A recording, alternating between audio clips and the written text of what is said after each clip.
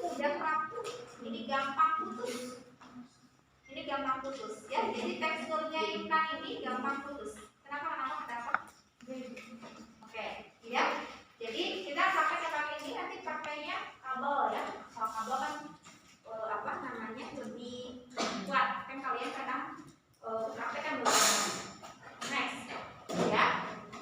Nah, selanjutnya teman-teman semuanya, saya mengingatkan kembali ketika kita melakukan pelayanan alat kontrasepsi, ya, terutama pada saat mau tindakan, 4 perlu dilakukan, ya.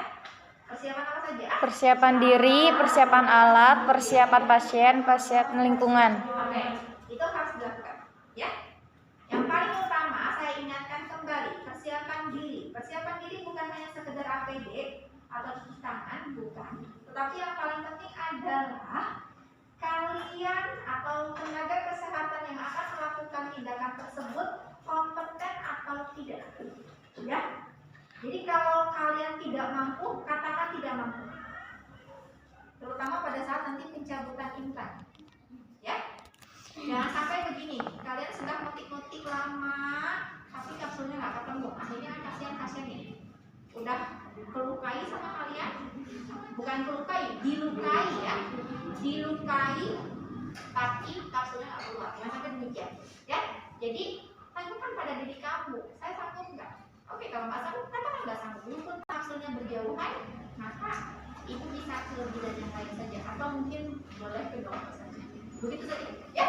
Jadi kompetensinya kamu ukur dulu. Saya seperti apa nih? Termasuk juga dengan pemasangan implan. Kalau belum bisa, belum mahir, belum terlatih apalagi, begitu sudahlah. Mendingan nggak usah dimulai lagi, ya. Itu ya. Ya, Bu.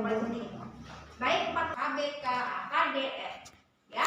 Sebetulnya esensinya ada 4 tahapan yang kalian lakukan. Esensinya ada 4 tahapan yang kalian lakukan. Pertama adalah konseling awal. Konseling awal, ya. Konseling awal itu isinya apa? Isinya Anda menanyakan terkait dengan identitas ibu, terkait dengan tujuan ibu ber-KB, terkait dengan apakah ibu kunjungan baru atau lama, begitu. Dan terkait dengan menjelaskan secara umum tentang KB atau alat kontrasepsi. Jadi kalau kalian kembali ke penuntut belajar, ya, konseling awal itu ada di tahapan nomor 1 sampai nomor 7, ya, begitu. Tentunya ketika kalian melakukan tahapan-tahapan ini, ABPK harus dipakai. ABPK tahu? Tahu. Sudah pernah membukanya? Sudah. Sudah pernah menggunakannya? Oke, halaman pertama apa isinya? Halaman pertama dari ABPK apa? Ketika kalian mau menggunakan ABPK, mulai dari mana dulu? Selamat datang. Ya, itu berarti halaman pertamanya. Ya, begitu. Jadi nanti kalian terapkan, misalnya, ya, yang penuntun belajar ini kita terapkan dengan ABPK. Pasien datang ke kita, begitu. Kita sambut kliennya, selamat datang ibu, saya bidan aktif, sore ini saya jaga di klinik ini. Ada yang kita saya bantu, Bu, ya Bu bidan, saya mau menggunakan alat kontrasepsi. Misalkan demikian. Baik ibu, sebelum saya bertanya lanjut terkait dengan tujuan ibu, saya akan bertanya dulu terkait dengan identitas ibu. Nah, maka tanyakanlah sesuai dengan yang ada di penuntun belajar ini. Tapi, ya, jangan lupa dokumentasikan dalam lembar K4. Sudah mulai browsing lembar K4-nya? Sudah dapat? Sudah dapat belum? Hah? Belum, Ibu. Kamu minta ke si Vina udah dapat tuh, katanya dapat dari orang lain. Ya, minta ke Vina, semuanya harus punya. Kamu isi K4-nya itu. Ya, nah, di situ apa saja yang harus ditanyakan ada semua. Ya, oke. Setelah itu identitas sudah ditanyakan, lalu ditanyakan kliennya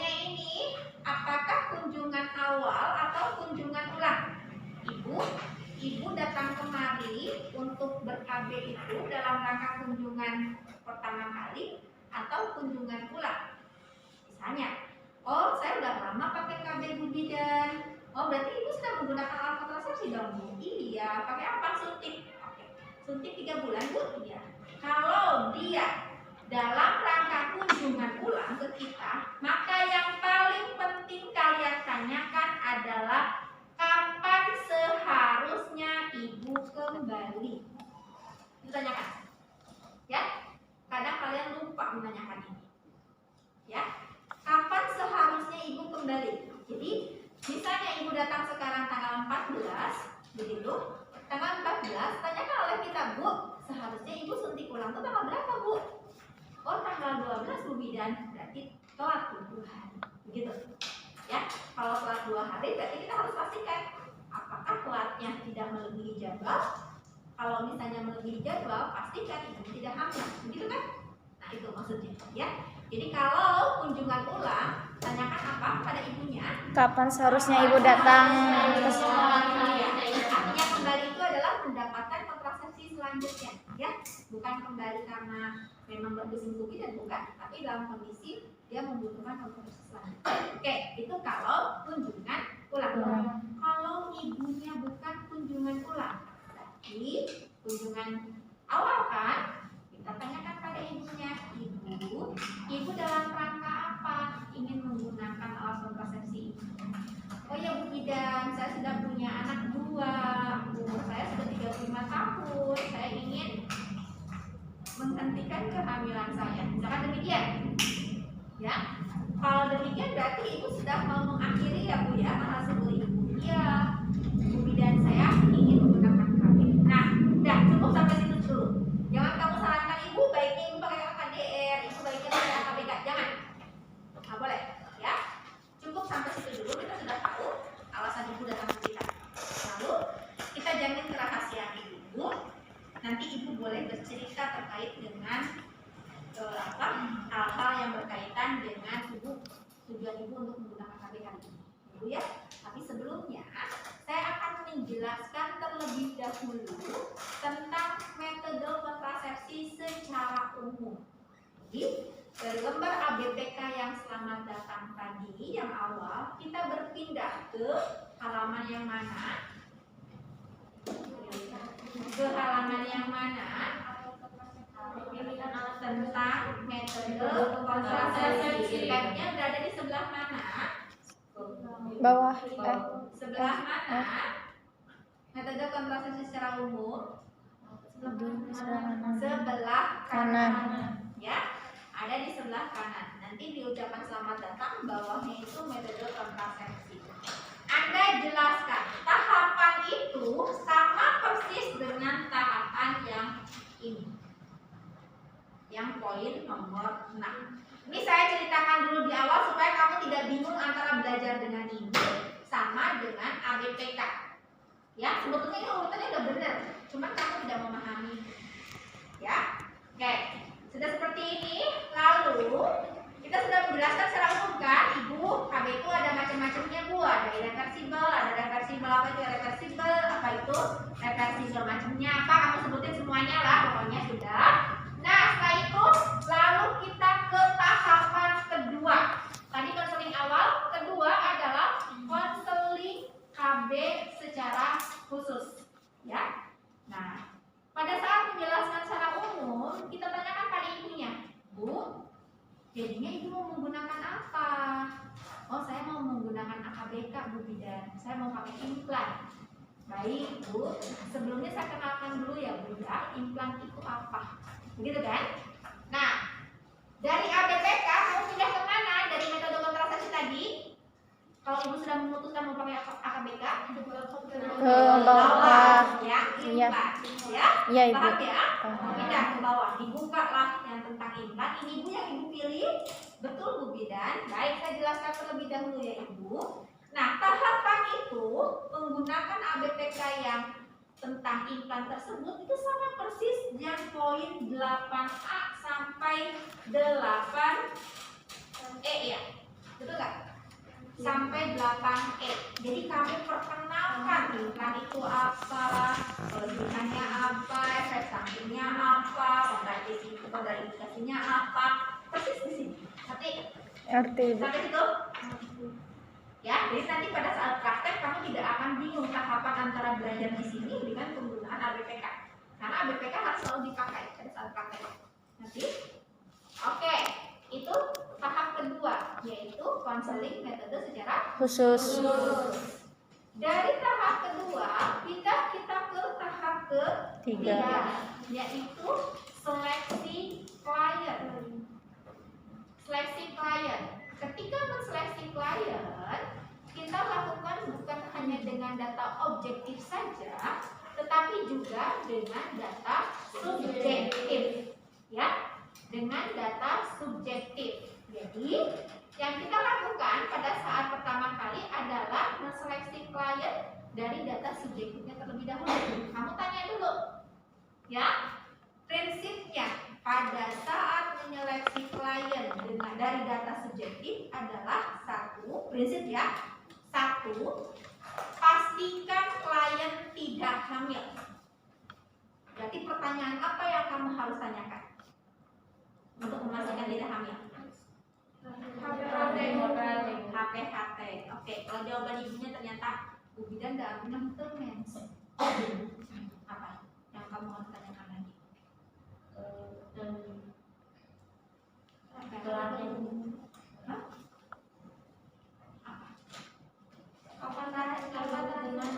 Oke, boleh. Koitus terakhir, boleh. Saya tidak berhubungan seksual sama suami karena suami saya di luar kota. Ibu udah pernah cek pakai tes spek? Tes spek belum ke sana. Karena kalau tes spek berarti kan sudah data objektif. Dari data subjektif dulu untuk memastikan klien tidak hamil. Ibu menggunakan alat kontrasepsi sebelumnya atau tidak? Karena ada beberapa kontrasepsi yang tidak membuat menstruasi. Contoh, KB suntik 3 bulan. KB suntik 3 bulan itu tidak membuat menstruasi. Takutnya ibu baru lepas KB suntik 3 bulan.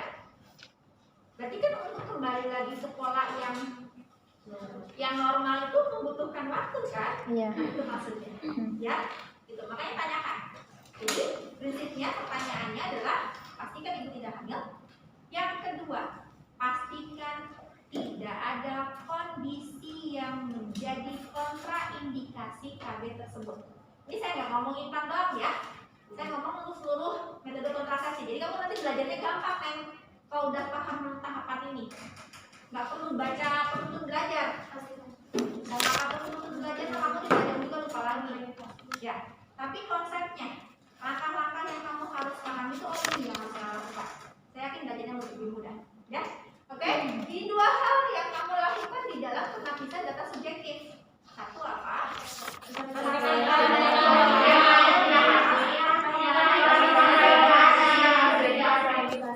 Gitu aja. Sok tinggal berpikir aja nama. Namun misalnya saya harus bertanya tentang kontraindikasi, berarti saya nanya nama uji. Saat fisiknya apa aja sih? Yang kemarin kan data fokus kan tulisan fisiknya. Iya, Ibu. Ya, apa lagi yang kamu bisa? Mata ada kuning atau tidak? Berarti tanyain penyakit naon. Naon deui? TTV. TBC, Iya. gitu kan? Iya. Rokok aktif, nah gitu maksud saya. Jadi kamu gampang belajarnya kalau dengan demikian. Ngerti ya? Oke. Sudah, penapisan data sudah. Lanjut, tentunya ke penapisan data Objektif. Apa aja yang diperiksa? Tergantung dari metode kontrasepsi yang digunakan oleh ibunya, yang dipilih ibunya, ya kan? Iya. Kemarin ada 2 kali klasifikasi, ya enggak? Iya, Ibu. Hormonal apa aja yang diperiksa? Dan hormonal apa aja yang diperiksa? Masih ingat? masih Oke, hormonal apa aja? hormonal IBB, kayak fokus terus TTV, terus konjungtiva, titiknya apa aja? tekanan darah, sama rasa. Oke, yang tidak itu berarti suhu ya? Iya. Next, apa lagi? Konjungtiva, abdomen, Oke, dari mata terus ke payudara, Ini hormonal dulu ya. Payudara, apa aja yang kita periksa di payudara? benjolan, Selain benjolan apa lagi? Pengeluaran. Lalu satu lagi apa? Nyeri, tekan, ya. Selain payudara, di bagian dada apa lagi? Jantungnya, ya, karena hormonal ini, ya. Jantung, frekuensi jantungnya bagaimana? Terus dari dada ke perut, abdomen, apa aja yang diperiksa di abdomen? Hepar dulu, dari hepar ke betul, abdomen ke rahim ya. Iya. Untuk memastikan hamil atau tidaknya. Terus habis itu dari rahim ke ke enggak soalnya bukan KBI itu, ya, karena ini kan bukan IUD. hormonal, bukan IUD, kita lewat genetalianya. Ya, langsung ke ekstremitas, kalian udah tahu kan itu ya? Jangan sampai lupa ya. Ini sama RKB Noloyogi, pokoknya klasifikasi kenana dua, dia hormonal atau non hormonal. Kalau IUD, ternyata IUD-nya hormonal, ya berarti ini yang hormonal. Kalau dia IUD, ngerti? Tapi ditambahin sama pemeriksaan genetalia, karena di IUD ada genetalianya. Paham ya teman-teman? Paham. Oke. Jadi langkah yang ketiga adalah seleksi.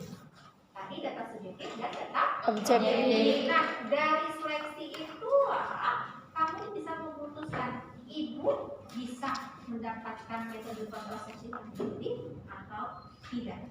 Jangan lupa menggunakan Klop. aplikasi Klop. Oke. Di tahapannya tuh rumit ya.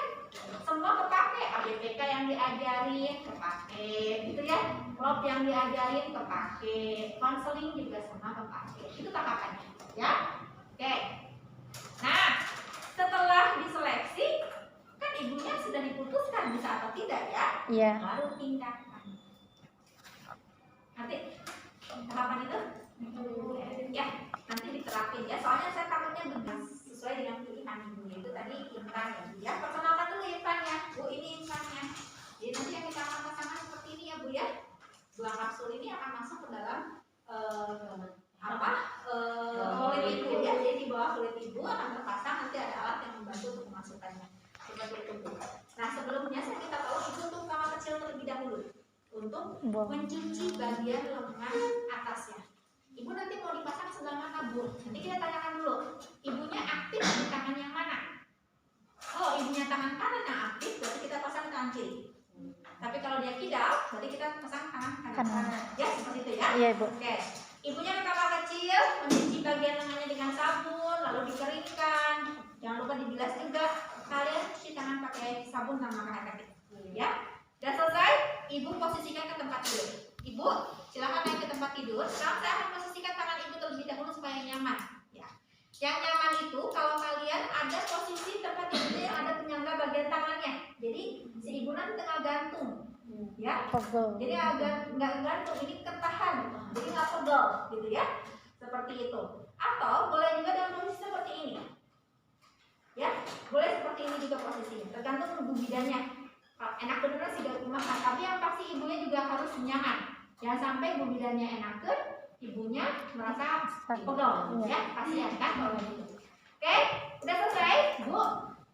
Tangan ini ya udah akan dipasang. Nah, selanjutnya kita membuat pola terlebih dahulu. Jadi kita belum ada tindakan steril. Prinsip pemasangan implan itu adalah steril. Belum, kita belum menyentuh alat ini, belum. Ya, kita masih di tangan pasien. Apa yang kita lakukan? Pertama kali adalah membuat pola terlebih dahulu. Kalian kalau misalnya nggak kelihatan yang belakang boleh mendekat, ya. Polanya dari mana Bu mau bikinnya? Membuatnya itu dari kotak kubiti. Kotak kubiti itu mana? Kotak kubiti itu lekukan ini, ya.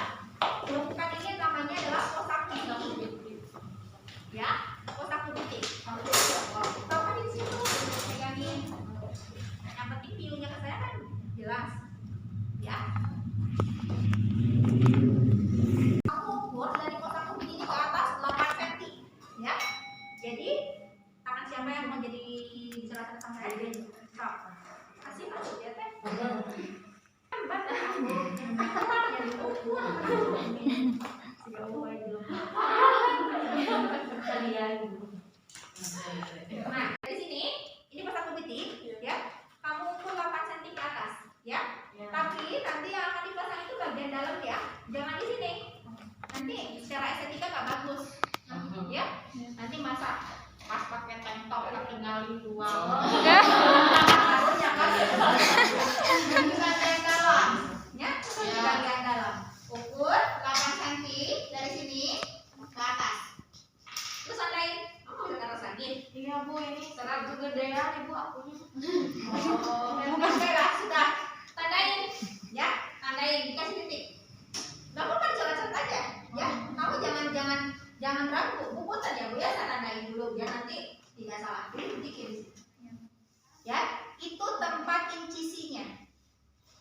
8 cm dari pasang kubiti ini ke atas.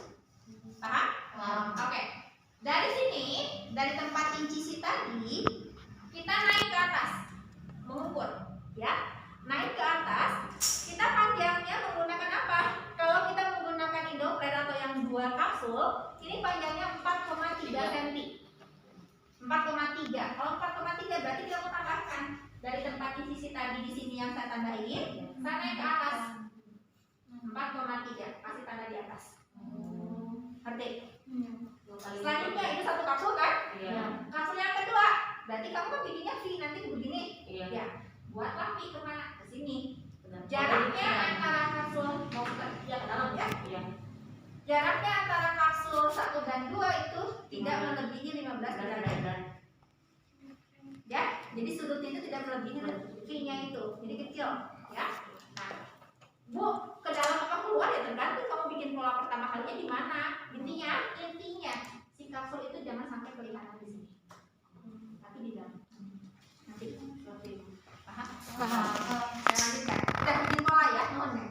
Caranya Bu, ini saya tandain dulu ya Bu ya. Nanti saya akan pasang dari sini ya Bu. Kalau saya terlalu cepat, tolong dikoreksi ya. Sebelum jam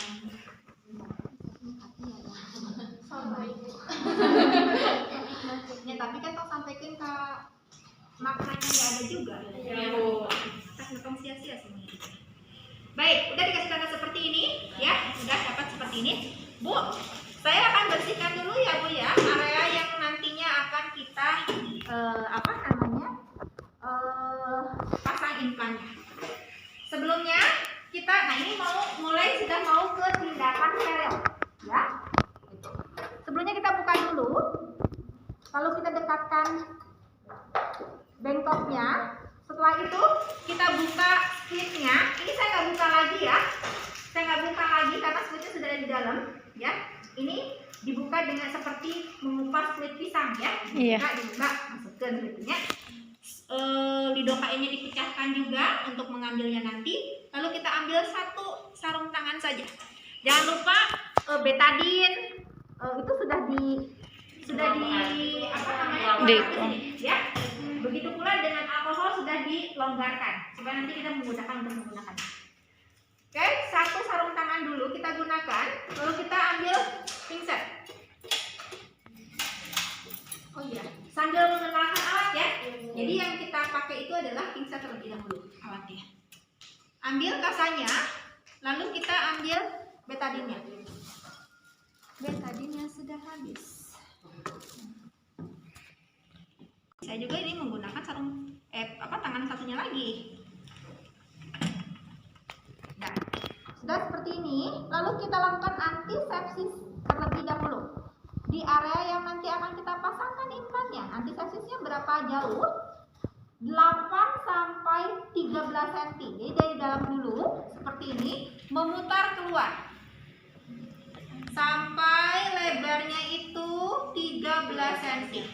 Buang. Nanti. Ya. Setelah itu gantian. Barusan menggunakan betadin, sekarang menggunakan alkohol. Gunanya untuk apa Ibu? Gunanya untuk membersihkan sisa-sisa betadin yang menempel di kulit. Karena kita akan melakukan tindakan steril mengincisi jaringan. Jangan sampai betadinnya terserap ke dalam. Ya, seperti itu. Bersihkan. Bukan dibersihkan, antisepsis lagi sebetulnya ya.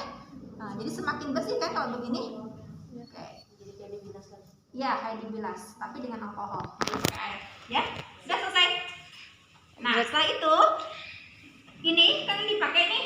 Ya, jangan ditidurin, tapi diberdirikan. Karena ini udah dipakai.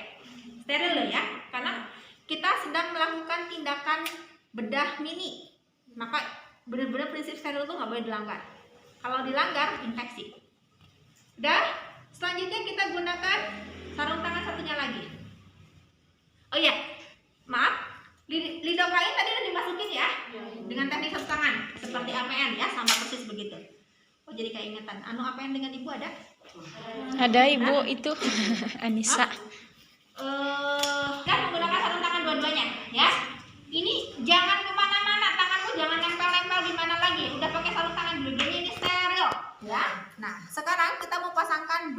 bolongnya.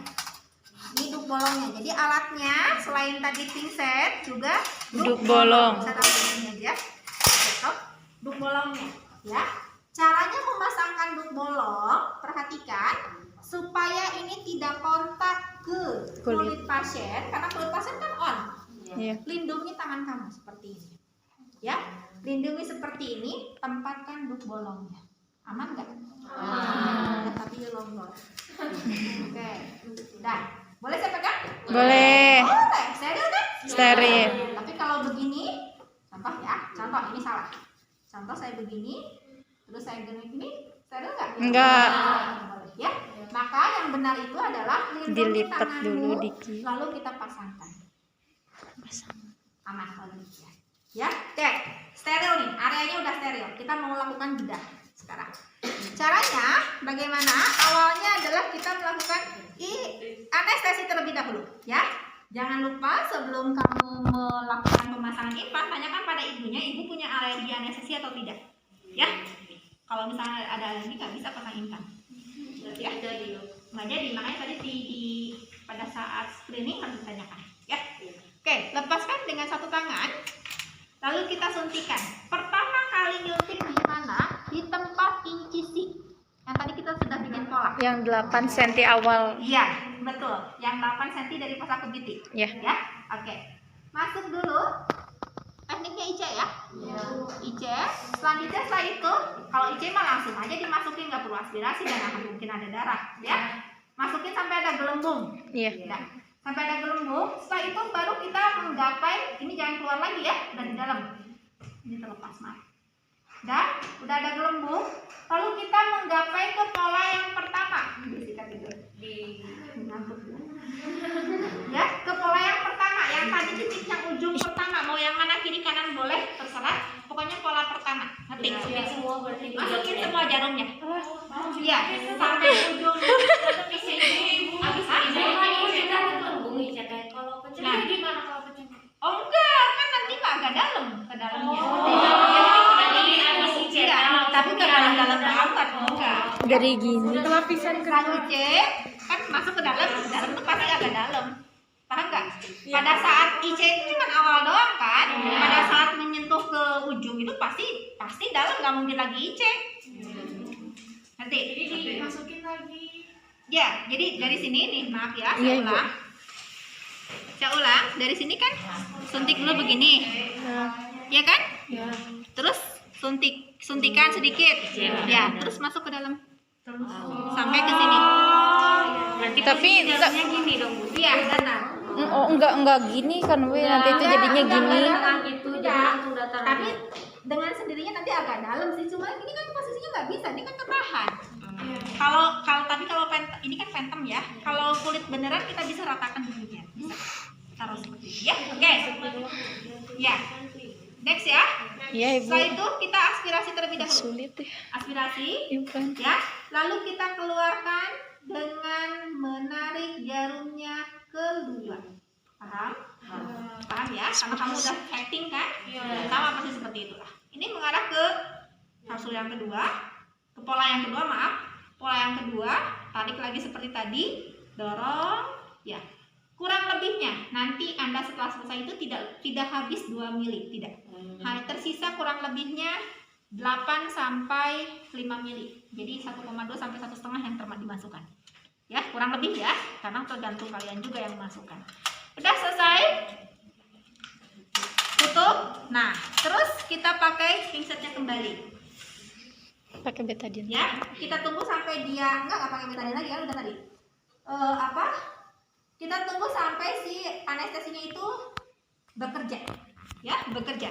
Bu, boleh nggak biar cepat diratain begini? Mangga, boleh. Ada beberapa bidan demikian diratakan namanya cepat sebenarnya. Mangga. Ya, supaya cepat sih itunya kerja. Boleh. Terus kita tanyakan pada ibunya. Ibu sakit atau tidak? Pertanyaannya itu ya. Jangan ibu terasa atau tidak. Kalau terasa pasti terasa. Tapi sakit atau tidak, pasti ibu sudah tidak merasakan sakit. Ya, oke. Sudah tidak sakit. Saya boleh simpan di sini? Boleh. Boleh banget karena masih Steril. Oke. Alat yang ketiga, selain tadi pinset, lalu duk bolong, ya, yang di dalam bak instrumen. Ini scalpel. Pegangannya scalpel. Ininya bisturinya, pisaunya. Mana ada yang belum terpasang, boleh diambil di situ dengan bisturinya. Jadi bisturinya ini sebetulnya nggak boleh di sini ya, ini harusnya di luar. Ini kamu buka. Ini, maaf ya, ini saya pegang karena ini menunjukkan. Sebetulnya nggak boleh. Ini pisaunya, nanti kamu pasangkan ke sini. Nomor berapa? Nggak ada ketentuannya nomor berapa. Bebas, Tapi Ibu. biasanya nomor 2 biasanya. Ya, biasanya nomor 2. Nah, cuman saya ingin mengenalkan bahwa bisturi itu ujungnya itu bentuknya ada 2 macam.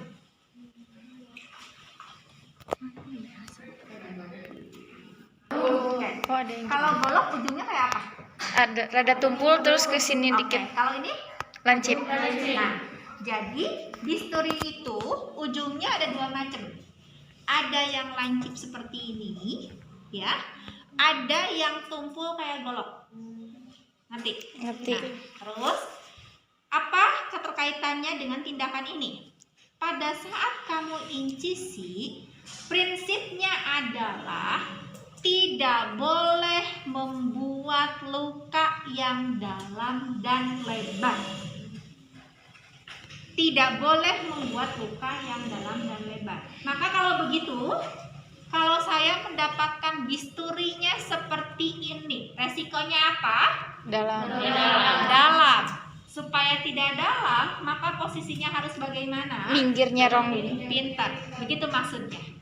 Jadi pada saat incisi tidak selalu harus begini. Tidak juga selalu harus begini. Tergantung pisau Pisau. yang kamu temui. Ngerti maksudnya? Ngerti. Kalau saya ketemu yang tumpul, maka resikonya kalau saya begini tadi, lukanya akan semakin Lebar. Maka saya harus berdiri tegak. Ngerti? Ngerti. Paham? Paham. Ya? Oke. Terus miringnya mau kemana? Terserah kamu deh. Mau miring ke kanan, mau miring ke depan. Ada yang bidan begini nyayatnya. Boleh. Iya, boleh. Nggak apa-apa. Kalau yang tajam begini, Iya. ya kan harus miring tadi. Bener nggak? Iya, Bu. Ini begini. Boleh, nggak apa-apa. Ya, intinya sudutnya tidak boleh 90 derajat. Kalau ketemu Yang lancip. Ngerti ya? Yang Oke. ngerti. Baik, saya peragakan sekarang. Masak, ya. Kita incisi. Kan ini tidak boleh. Tadi prinsipnya apa? Pada saat Stereo. incisi? Tidak boleh terlalu dalam dan lebar. Oke, berarti kita hanya lakukan incisi sedikit saja. Lukanya yang kita buat pada saat incisi hanya 2 mili saja. Kamu bayangkan 2 mili segede kumaha. Upil kamu gede kan ya, upil kamu. Gitu. Kecil banget. Kita just Ya. gitu. Tak gitu doang, ya. Dah, selesai. Jangan lupa ini didet karena pastinya juga ini Banyak adalah darah. Oke. Alat selanjutnya. Tadi apa aja alat yang Ibu kenalin? Pinset, Pinset, bolong, Alat selanjutnya, trokat. Trokat ini gunanya untuk membantu memasukkan Implan. implannya, ya. Nah, ada beberapa pabrik yang sudah menyiapkan trokatnya itu satu set. set dengan implannya. Nah ini, punten, ini trokat yang disposable. Jadi dari pabriknya udah satu paket begini, di dalamnya udah ada implannya, begitu. Kayak IUD lagi lah kayak kemarin. Jadi ada pendorongnya, ada tabungnya, IUD-nya udah ada di situ. Nah, begitu pula dengan implan, ada pabrik demikian. Tapi ini kebetulan kita punyanya andalan. Andalan tidak menggunakan trokat, jadi trokatnya yang pakai yang disposable, yang reuse ya, jadi bisa digunakan lagi. Oke, selanjutnya teman-teman semua, tolong diperhatikan. Trokat ini ada bagian-bagian yang harus kalian kenali, ya. Pertama, yang harus kalian kenali adalah tempat yang menunjukkan bahwa trokat ini selalu menghadap ke atas lubangnya. Mana tempat yang menunjukkannya? Ini, ya, yang bagian rata ini. Jadi ketika kalian bertemu dengan bagian rata, dan ada hurufnya biasanya. Tidak semuanya alat ada hurufnya. Ya, saya menemukan ada beberapa alat yang tidak ada hurufnya. Ya, tapi biasanya, sekali lagi biasanya, ini berarti menandakan ini menghadap ke atas. Itu yang pertama. Ya, oke.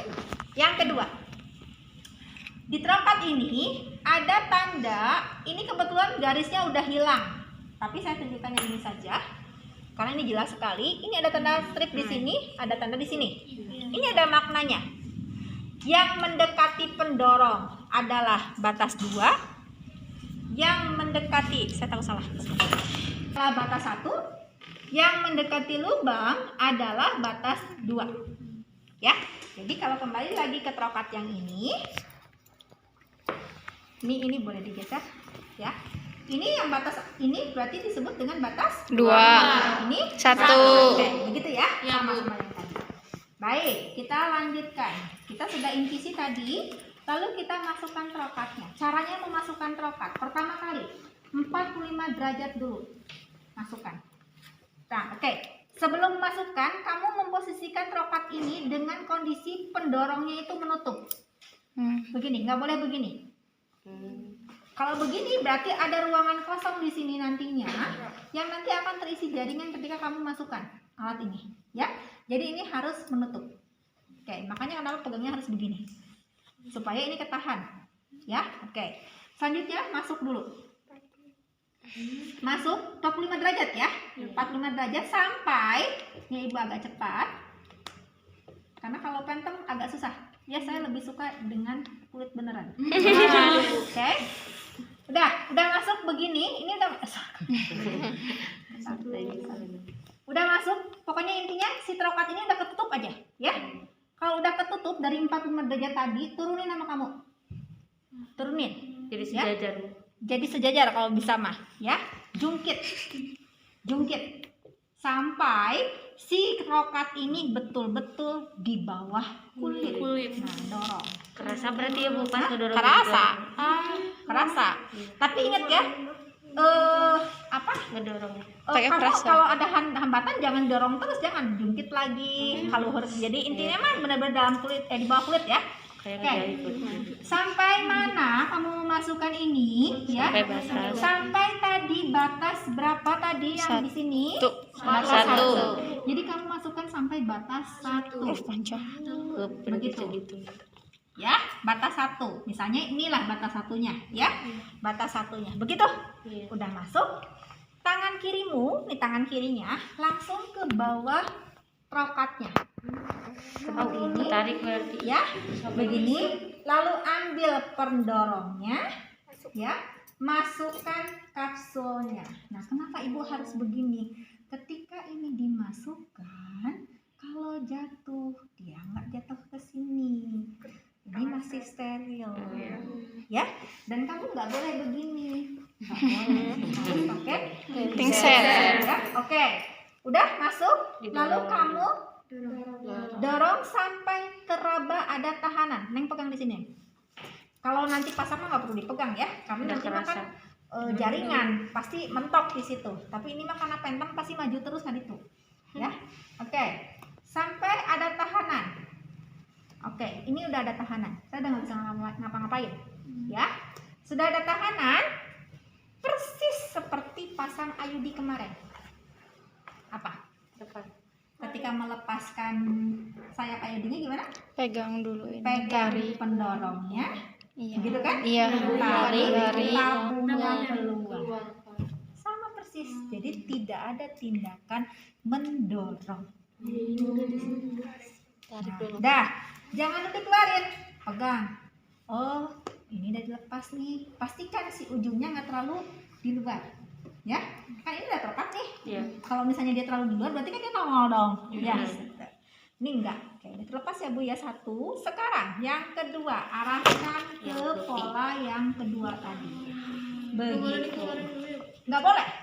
Nggak boleh. Langsung. Berarti bermain. Nantinya nggak steril. Iya. Digini-gini. Jangan lupa ininya tutup lagi ya. Iya. Karena kalau nggak ditutup lagi pasti jaringan masuk ke tabungnya, ya.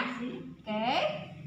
Nih, terus kita dorong ke pola yang kedua. Oh ya, tadi saya lupa. Pada saat kamu menarik tadi, ini yang pendorongnya kita tahan. Ini tariknya sampai batas. Tadi apa berapa? Batas dua. Tariknya sampai batas 2 supaya tidak keluar semua si trokat. Oke, sekarang masukin sampai batas berapa? 1. Sampai batas 1 kita masukkan. Ingat, ini harus selalu posisi di atas, ya. Karena kalau di atas berarti ini lubangnya menghadap ke atas. Ya, Bu. Ya, ini ya. Oke, sudah seperti ini kayak tadi lagi. Siapa yang mau coba masukin? Sok teknik yang tadi menariknya aja. Boleh. Sok apa nggak pakai satu tangan juga langsung aja. Masukin ini ya, pakai pinset. Oke. Tangannya gini begini. Ini semuanya. Oke, ya. Gitu ya, biasakan ya. Oke.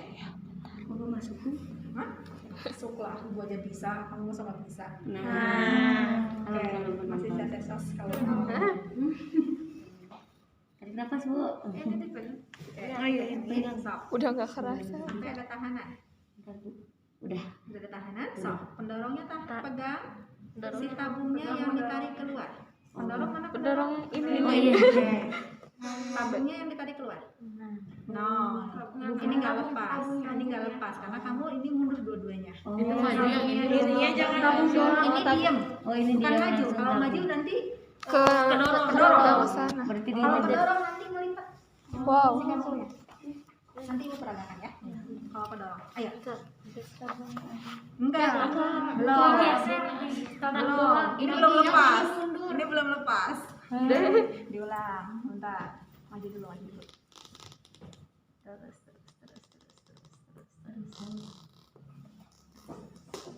Baiklah, tenang. Sok, Bro. Dia ininya, Bu, yang di ini. itunya tertahan, ininya keluar. Kamu ngomong gampang ya? Oh iya benar. Pas udah nyoba susah. Nah, beda kan? Iya, beda, Bu. Ingat tadi? Iya. Nah, itu maksudnya. Oh, iya, ngerti. Oh, iya benar. Sekarang kita coba kalau kamu dorong. Saya masukkan dulu si kapsulnya supaya masuk dulu. Saya dorong. Yang terjadi adalah melipat. Oh, melenting. Ya, ini tidak boleh mendorong. Kalau kemarin IUD resikonya adalah perforasi, si IUD-nya nembus darahnya. Kalau ini ngelipat ya. Oke, udah selesai. Udah dilepaskan raba lagi ya seperti tadi. Pastikan lagi sudah terlepas atau belum. Oke, sudah selesai. Keluarin aja. Selesai, Bu. Bu, udah selesai dipasangnya, Bu. Gitu kan ya? Iya. Ini pasti darah keluar kan? Iya. Dep lagi sama kamu. Dep. Nah, setelah Sama itu, Bu, di depnya. boleh nggak apa-apa begini aja, rapetin aja. Sakit nggak? Enggak. Oh enggak sakit, udah Anestesi masih bekerja atau kartu tega maki betul. Yang tadi mau tega. Tega ya. Kasihan ada tega ya. Kita sudah nggak kerasa enggak? Maksudnya nggak sakit enggak? Ya, biar cepet aja kan kalau begini kan cepet. Oke. Dan selanjutnya setelah itu teman-teman, ini kan udah selesai. Iya. Ya. Luka yang kalian buat itu tadi kan pada saat IGC itu 2 mili. Iya. Ya. Setelah strokat ini keluar itu maksimal hanya 4 mili saja. Maksimal 4 mili saja. Maka setelah tindakan ini selesai, kamu pasangkan plester. Plesternya nggak perlu yang beginian. Kamu tahu tensoplas? Tahu. Nah, pasangkan tensoplas. Nah, jadi dibuka tensoplasnya kan ada bagian putihnya tuh. Ya, yang putih satu dilepas, tempelin dulu ke atas, ya. Lalu nanti ini dibuka, tarik ke bawah. Jadi tanganmu nggak akan tempel-tempel ke plester, ya. Dan prinsipnya adalah ketika kalian menempelkan plester ini harus bisa merapatkan luka. Jadi kalau kalian membuat lukanya, ini teh apa? Vertikal atau horizontal? Yang vertikal, maka plesternya adalah horizontal. Iya, biar nempel lukanya. Kan namun dia dipasang plester dia masa rajin bohong, mau nutup. Ya, begitu. Tapi kalau lukanya dari sini, maka kalian boleh begini. Oke? Nah, selesai. Ini saya pakai ini, tapi tidak boleh pakai ini. Ini salah. Tadi sudah koreksi di kelompok yang satunya, ya. Nggak boleh. Jadi bukan ini yang kita gunakan. Nanti ibu kalau ketemu lagi yang menyiapkan begini, berarti pada saat ibu demonstrasi dia tidak memperhatikan. Ini ya. Benar. Coba gitu. Kontaminasi ke dalam klorin.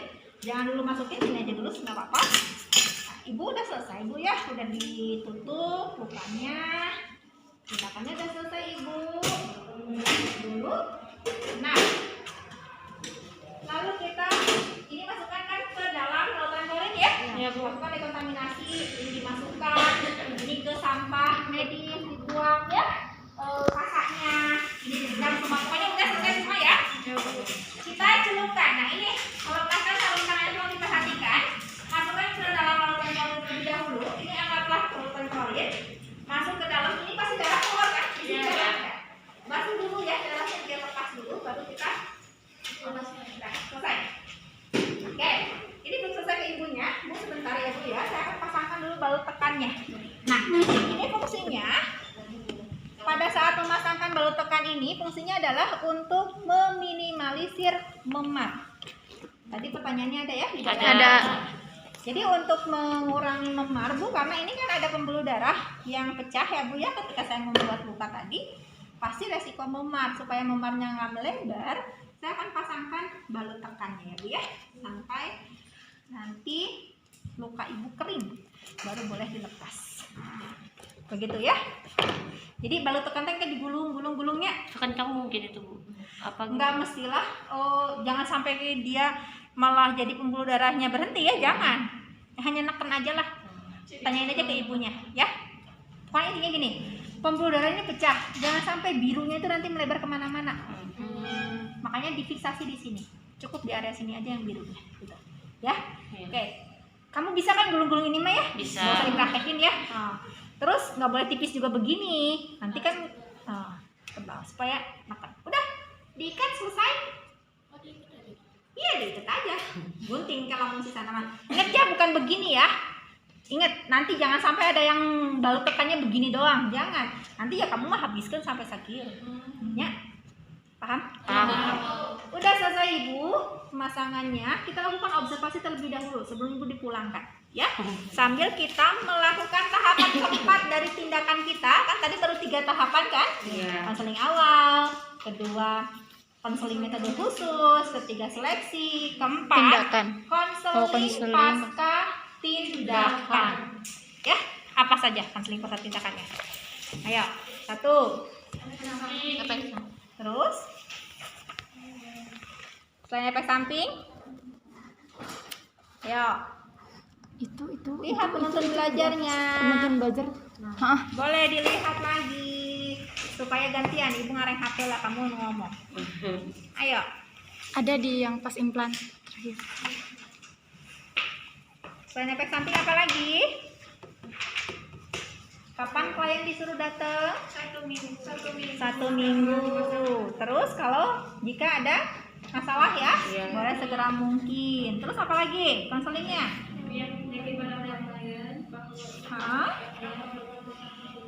Klien bila memerlukan konsultasi, lalu ingatkan kapan? Ya, terus selanjutnya tidak boleh kena lukanya kena basah, boleh nggak? Jangan. Nggak boleh berapa lama? 3 hari ya. Jadi si ibu kalau mandi diangkat dulu ya bu ya. Jangan kena. Nah ini tindakan pasca pemasangan ini semuanya dilakukan. Jadi konseling ini disampaikan nanti ya. Dari mulai poin nomor 41. Dari mulai memasang pembalut tekan, 41 memberikan petunjuk cara merawat luka. Nah itu disampaikan ya. Part 1 sampai akhir disampaikan di konseling pasca tindakan. Sudah selesai, jangan lupa dokumentasikan di dalam formulir K4. Bisa dipahami semuanya? Bisa itu. Udah, ini ya, acara masang tunana kan malu-maluin ya. Lulusan mana sih sama dia nih? Ah, malu-maluin dah. Dosennya siapa? Oh, udah lah. Jangan lebar akhirnya ya. Oke. Jadi, kalau kalian menggunakan trokat begini, implannya ada di dalam. Ya? Iya, mana tadi implannya? Ada lagi nggak kabelnya nih? Bukan implan ya, ini yang dimasukkan bukan implan ya, ini kabel ya. Kabel. Coba cari lagi di sana, tempat yang sana. Nanti Bu pakai di situ. Jadi ini kabel ya, bukan implan. Sehingga nama tuh masuk udah bukan pasangan mana ya mah. Oh bisa. Oke.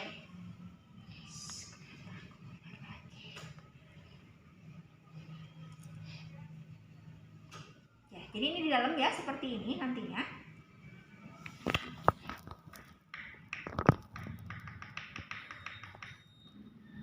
Ini masuk nih harusnya.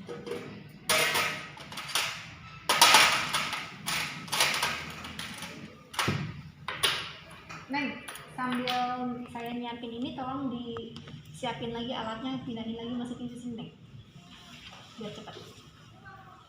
Nah, ini harusnya masuk. Oke. Nah, jadi ada 2 kapsul implan yang nantinya akan ada di dalam sini. Langsung Ya? dua. Iya, langsung 2. Langsung 2 ya. Nah, terus ini alatnya ada ini menghalangi kita pada saat mau membuat jalan. Jadi ini harus diketuk dulu begini supaya ini masuk. Ya. Kan kalau keluar mah diketuk-ketuk ya mau dikunci. Oh, ya. Oke, gitu ya, udah masuk. Selanjutnya kita masukkan. Di sini aja ya karena ini kan udah ada ya. Di sini kita masukkan. Kayak tadi lagi 45 derajat. Ini kalau nanti mah kita tuh nggak akan ini kan saya nahan ya. Jadi gini aja kita nanti 45 derajat. Dah, pelapatnya udah masuk, turun kayak tadi lagi. Persis kayak tadi. Ya, persis. Nggak ada beda. Persis. Oke, selanjutnya kita mengarah ke pola yang pertama sampai batas berapa? 1. Oke, udah seperti ini. Nih, ini di sini kan? Iya. Sama persis sama tadi. Begitu. Angkat. Ini tarik, ini diam. Nah, ini mentok. Pasti mentok di sini karena kan ditahan di sini. Oh, karena mau dipatahin. Iya, ya ini karena posisinya ini anggap aja di sini ya. Saya mundurin sampai batas berapa ditariknya? 2. Sampai batas 2. dua. Nah, ini batas 2 kan kelihatan. Nah, ini mentok di sini, pasti. Karena udah ukurannya. Habis itu diputar. Nih. Ini tadinya menghadap panahnya lurus, tegak lurus, ini putar. Klek, patah. Jadi sini teh patah. Si sayap yang tadi teh. Iya, Bu. Yang di sini patah. Akhirnya kan relnya ini jalan kan? Iya. Yang tadinya ketahan. Nah, setelah itu ya, kita masukkan ke pola yang kedua. Paham nggak? Sampai batas 1. 1. Ini kan jalannya udah leluasa kan? Iya. Si penahannya nggak ada, tarik lagi seperti tadi. Berarti pas diputar gitu, tapi belum dimasukin ke yang pola kedua. Sebentar, bisa lupa. Diputarnya itu masuk ke pola kedua atau belum ya? Coba bantu ibu googling di internet ya. Seingat saya dipatahinnya itu sebelum masuk kedua. Tapi sebetulnya esensinya kalaupun dilakukan setelah masuk ke pola yang kedua itu nggak. Maka ini tepatnya kita gunakan yang standar. Ya, begitu. Nah, kalau ternyata ketemu kapsulnya tuh nyengsel, nuju ke luhur, nuju ke handap, begitu ya. Maka kita lakukanlah dengan teknik uku. Begitu, ya. Kalau di antara ketiga ini ternyata ada kesulitan pada saat pelaksanaannya, misalnya satu kapsul udah berhasil, yang kapsul kedua hese, maka kamu pakai teknik sulit. Paham? Ya, jadi kita bisa menentukan teknik itu kalau sudah membuat pola. Ngerti? Ngerti? Iya, Bu. Baik, saya akan peragakan dulu yang pop out ya. Ini sengaja saya dekatkan dulu. Ya. Tadi Antisepsis, ya. Antisepsis. Berarti udah mau tindakan steril kan? Iya. Berarti saya kalau begitu saya gunakan sarung tangan satu. Ya, sarung tangan satu. Terus bidoka ini dimasukkan ya dengan teknik one hand. Jadi nanti yang satu tangan dimasukkan seperti itu ya. Lalu saya lakukan antisepsis terlebih dahulu. Pakai sini. Sama seperti tadi, berapa diameternya? 8 sampai 13. 8 sampai 13. Gitu ya? Oke, ini buang. Lalu pakai apa lagi? Alkohol. Oke. Gitu kan? Seperti ini lagi. Buang. Dah. Selesai. Ya. Selanjutnya ini diberdirikan, kita gunakan sarung tangan satunya lagi. Lidokanya dimasukin ya. Iya, Bu. Nah. Kita lindungi tangan kita. Dah. Ya. Setelah itu kita anestesi. Bedanya, kalau tadi pada saat pemasangan anestesinya kita menggapai sampai ujung kapsul. Kalau ini anestesi hanya maksimal sampai 1 cm dari panjang kapsul. Kapsul ini 4 cm, maka kamu anestesi hanya boleh sampai 1 cm saja. Ngerti? Oke, itu yang pertama. Yang kedua, anestesinya itu tidak boleh di antara kapsul atau di atas kapsul. Yang tepat adalah di bawah kapsul. Mengapa demikian? Karena pada saat anestesi ini membuat jaringan menjadi menebal. Ketika menebal, berarti resikonya ketika kita menyuntikkan salah akan berisiko apa kira-kira? Membuat apa? Membuat apa? Kapsul nih, ini kapsul 2. Saya suntiknya begini. Resikonya apa? Jadi kapsulnya akan tenggelam karena ini kan menebal. Begitu pula yang di atas. Kalau di sini lebih tenggelam lagi. Maka yang benar itu adalah di bawah. kalau di bawah, maka akan terjadi bagaimana? Ke atas. Nah, gitu. Kalau mengangkat begini berarti mudah atau susah? Mudah. Begitu, ya. Jadi keberhasilan pencabutan implan itu selain pada saat teknik pemasangan, yang kedua adalah teknik anestesi. Lamun anestesinya salah, yakin sampai sabar jam juga kamu susah. Tenggelam kapsulnya, ya. Nggak kelihatan ujungnya. Oke, sekarang anestesi. Pertama, kita langsung saja gapai. Di sini dulu boleh ya. Ya, di anestesi dulu sedikit saja. Sedikit, kita bikin gelembung tepat di bawah kapsul ya. Nah, saya akan praktekkan pertama kali adalah yang pop out. Pop out. Lalu kita gapai ke bawah ya, sampai di bawah kapsul.